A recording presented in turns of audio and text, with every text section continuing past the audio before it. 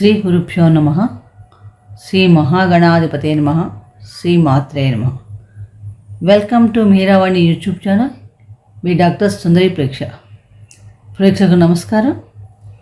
ఈరోజు మనం ఈ వీడియోలో సెప్టెంబర్ 1వ తారీఖు నుండి 30వ తారీఖు దాకా అంటే సెప్టెంబర్ మాసంలో సంచరించే గోచార గ్రహస్థితి ఆధారంగా ద్వాదశ రాశుల వారికి ఈ మాసం అంతా ఎలాంటి ఫలితాలు ఇవ్వబోతున్నాయి, ఏ గ్రహాలు అనుకూలిస్తున్నాయి, దైవబలం పెంచుకోవడానికి ఎటువంటి దైవారాధన చేసుకోవాలి అని అనేక విషయాలు తెలుసుకుందాం. మాస ఫలితాలకు వెళ్ళే ముందు మనం ఈ మాసంలో వచ్చే 4వ తారీఖు నుంచి వచ్చే భాద్రపద మాసం విశిష్టత కూడా తెలుసుకునే ప్రయత్నం చేద్దాం. ఎందుకంటే ఈ భాద్రపద మాసం చాలా వ్రతాలకి నోవులకి చాలా ప్రశస్తమైన మాసం కింద చెప్పవచ్చు. ఎందుకంటే చాంద్రమానం ప్రకారం చూసినప్పుడు చైత్రమాసం నుండి ఇది 6వ మాసం భాద్రపద మాసం. ఈ పౌర్ణమి రోజు పూర్వాపాత ఉత్తరాపాత నక్షత్రంతో చంద్రుడు ఉంటాడు కాబట్టి ఈ మాసానికి మనకి భాద్రపద మాసం అని పేరు వచ్చింది. ఈ మాసంలో రేవతి నక్షత్రం, శతభిష నక్షత్రం, శూన్య నక్షత్రాలు కాబట్టి ఈ నక్షత్రాల రోజుల్లో ఎటువంటి శుభకార్యాలు కూడా అంత మంచివి కావు. అలాగే ఈ మాసం మనం చూస్తే కనుక మన సనాతన ధర్మంలో ప్రతి మాసానికి ఒక విశిష్టత ఉంటుందండి. ఇది దక్షిణాయనంలో వచ్చే మాసం. దక్షిణాయనంలో ప్రతి మాసం కూడా చాలా ఉపాసనా కాలానికి చాలా అనుకూలంగా ఉంటుంది. ఈ మాసంలో ఏకాన ఆహార వ్రతం చేస్తే చక్కగా ధనం, ఆరోగ్యం లభిస్తాయి. అలాగే ముఖ్యంగా మనకి ఈ మాసంలో వచ్చే పర్వదినాలు గమనిస్తే చాలా మనకి రెగ్యులర్గా వచ్చే సమస్యలకు పరిష్కారాలు దొరుకుతాయని చెప్పచ్చు ఆచరించడం వల్ల. వరాహ అవతారం మనకి సెప్టెంబర్ 6వ తారీఖు నాడు శుద్ధ తది రోజు వస్తుంది. అంటే ఈరోజు ఎవరైతే వరాహ జయంతిని వరాహ స్వామిని కనుక ఆరాధిస్తే కనుక భూ సంబంధించిన సమస్యలు ఉన్న వారికి చాలా మనకు సమస్యల పరిష్కారం దొరుకుతుందని చెప్పవచ్చు. అలాగే విఘ్నాలను తొలగించి మనకి గణనాయకుడైన వినాయక చవితి సెప్టెంబర్ 7వ తారీఖు నాడు వస్తుంది. వినాయకుడు అంటేనే మనందరికీ తెలుసు, విగతో నాయక వినాయక అంటే ఎవరిని కూడా సర్వస్వతంత్రుడు, నాయకుడు లేనివాడు. అటువంటి ప్రథమ గణాలకు అధిపతి, మూలాధార చక్రానికి అధిపతి అయిన గణపతిని ఆరాధన చేయటం వలన కేతుగ్రహ సంబంధమైన దోషాలు ఏమన్నా ఉంటే చక్కగా తొలుగుతాయని చెప్పవచ్చు.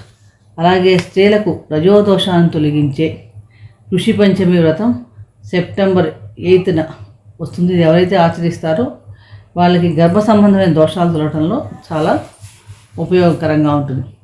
అలాగే దశావతారం 4వ అవతారమైన వామన అవతారం శుక్ల ద్వాదశి సెప్టెంబర్ 15వ రోజు ఆచరించడం వలన సర్వత్రా విజయం లభిస్తుందని చెప్పవచ్చు. అలాగే ఈరోజు ఎవరైనా బ్రాహ్మణులకి పెరుగు దానం చేయటం వల్ల కూడా చాలా మంచి ఫలితాలు పొందుతారు. శుక్ల చతుర్దశి అనంత పద్మనాభ స్వామి వ్రతాన్ని ఆచరించడం అంటే సెప్టెంబర్ 17వ తారీఖు నాడు చేయటం వలన దారిద్ర్య దుఃఖబాధలు తొలగుతాయి, ఐశ్వర్యం లభిస్తుంది. భాద్రపద పౌర్ణమి నుండి 15 రోజుల పాటు మహాళయ పక్షాలు పితృదేవత ఆరాధనకి చాలా విశిష్టమైన దినాలు. ఈ రోజుల్లో ఎవరైతే పితృదేవతలు ఆచరిస్తారో, తర్పణాలు వదులుతారో వారికి వంశాభివృద్ధి కలుగుతుంది. వివాహం కాని వారికి వివాహాలు జరుగుతాయి. ఇంట్లో పిల్లలకి సంతాన సౌఖ్యం కలుగుతుందని కూడా మనకు తెలుస్తుంది. ఈ రకంగా ఈ మాసం అంతా కూడా అంత విశిష్టమైన మాసం. మనకి ఈ భాద్రపద మాసం సెప్టెంబర్ 4వ తారీఖు నుంచి ప్రారంభమవుతుంది. చివరి దాకా కూడా ఈ మాసం ఉంటుంది. ఈ మాసాలతో ఈ పర్వదినాలతో పడి ప్రారంభిస్తూ కూడా మనం ప్రతి ఒక్క రాశి వారికి కూడా ప్రత్యేకంగా ఎటువంటి పరిహారాలు చేసుకోవాలి తెలుసుకుందాం రాశి వైజ్. మేష రాశి వారికి ఈ సెప్టెంబర్ మాసం 1వ తారీఖు నుండి ఎలా ఉండబోతోంది అని చూసినప్పుడు అసలు మేషరాశి అంటేనే అశ్విని నక్షత్రం 4 పాదాలు, భరణి నక్షత్రం 4 పాదాలు, కృత్తికా నక్షత్రం 1వ పాదం చెందిన వాళ్ళు మేషరాశి వారు. ఈ రాశ్యాధిపతి కుజుడు తృతీయ స్థానమైన మిథునంలో సంచారం వలన ఈ మాసం అంతా మీకు ధైర్య పరాక్రమాలు చక్కగా ఉంటాయి, ఆరోగ్యం చాలా బాగుంటుంది. ద్వితీయ సప్తమాధిపతి శుక్రుడు షష్టమ భావంలో సంచారం, నీచ స్థితి, కేతువుతో కలిపి సంచారం చేయటం వలన చాలా మటుకు గృహ జీవితంలో కొంచెం ఇబ్బందులు లాంటివి ఉండే అవకాశాలు ఎక్కువగా ఉన్నాయి. అలాగే ఆస్తి సంబంధిత విషయాల్లో కూడా ఇబ్బందులు ఏర్పడే అవకాశం ఉంది. కానీ గురు దృష్టి ఉండటం వలన చాలా మటుకు వీరు ఆ సమస్య నుండి బయటపడే అవకాశం ఎక్కువగా ఉంది. ద్వితీయంలో గురు సంచారం మాసం అంతా కూడా ఉండటం వలన వీళ్ళకి కుటుంబంలో సరే విదేశీ సంబంధమైన వ్యవహారాల అనుకూలత ఎక్కువగా ఉంటుంది. విదేశీ సంబంధ ఆదాయం కూడా ఉంటుందని చెప్పవచ్చు. అలాగే పంచమాధిపతి రవి ఈ మాసంలో స్వక్షేత్ర సంచారం, అంటే స్వక్షేత్ర సంచారం సెప్టెంబర్ 16వ తారీఖుగా ఉంటాడు. ఈ సెప్టెంబర్ స్వక్షేత్ర సంచారం చేయటం వల్ల మనకి ఈ మాసంలో వీళ్ళకి మంచి కీర్తి లభిస్తుందని చెప్పవచ్చు.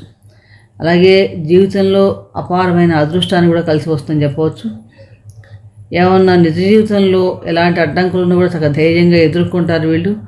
అలాగే జీవిత భాగస్వామితో చిన్న చిన్న ఇబ్బందులు ఉన్నప్పుడు, ఎందుకంటే శని రవి ఇద్దరు సంసప్తకంలో ఉన్నారు కాబట్టి కొంచెం ఇబ్బందులు వచ్చే అవకాశం ఎక్కువగా ఉంది. కానీ ఈ విద్యార్థులకు కూడా చాలా ఉపయోగకరంగా ఉంది. ఒక్కొక్కసారి వీరికి ఈ మాసంలోనే వీరికి బుధాదిత్య యోగం కూడా ఏర్పడుతుంది మేషరాశికి. ఈ బుధాదిత్య బుధుడు రవి మన పంచమ భావం అయిన సింహరాశిలో కలవటం వల్ల బుధాదిత్య యోగం ఏర్పడుతుంది. దీనివల్ల కూడా ఈ విద్యార్థులకి మంచి తెలివితేటలు కలగటం, మంచి అవకాశాలు రావటం అనేవి కూడా మనకి ఎక్కువగా కనిపిస్తున్నాయి. అలాగే ఈ స్వక్షేత్ర సంచారం సెప్టెంబర్ 16 తర్వాత షష్టమ భావంలో సంచారం చేస్తాడు.